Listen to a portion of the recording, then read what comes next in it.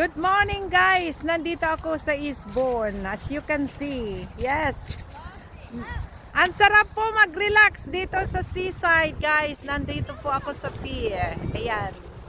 Okay guys, share ko lang sa inyo guys. Pag nagta-travel kayo, kasama nyo ang yung mga apo. Ayun sila.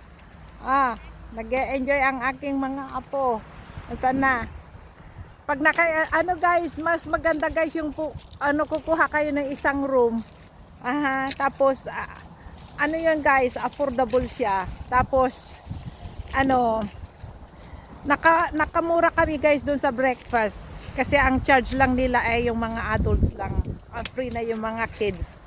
Tapos masarap dito guys yung nagsaserve ay Filipino din. Kaya sabi namin nagtatanong kami sabi namin ato by Anli. Sabi na, kasi yan buffet guys Sabi naman niya, oo, Anli to. Sabi gano'n, yes! Sabi ko gano'n Basta Pinoy mahilig sa Anli kaya eto guys, nag-e-enjoy kami.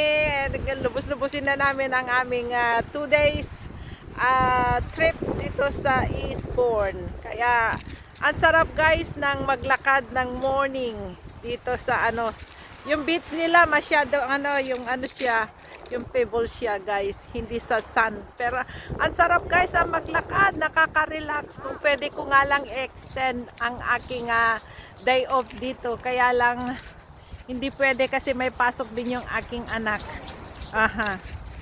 Kasi yung mga bata ayan nag-e-enjoy sila. Andiyan sila Ayan. At talagang gustong-gusto nila ang ayun naman ang first wheel doon guys, sasakay kami mamaya. Nag-aabang lang kami guys ng yung bus trip baga na para kami sightseeing kami.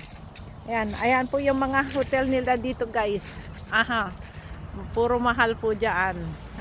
Pero nakakuha kami ng special offer doon sa hotel na aming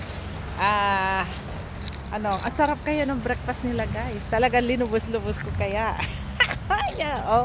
Full English breakfast. Okay guys, hanggang dito na lamang at thank you very much for your watching.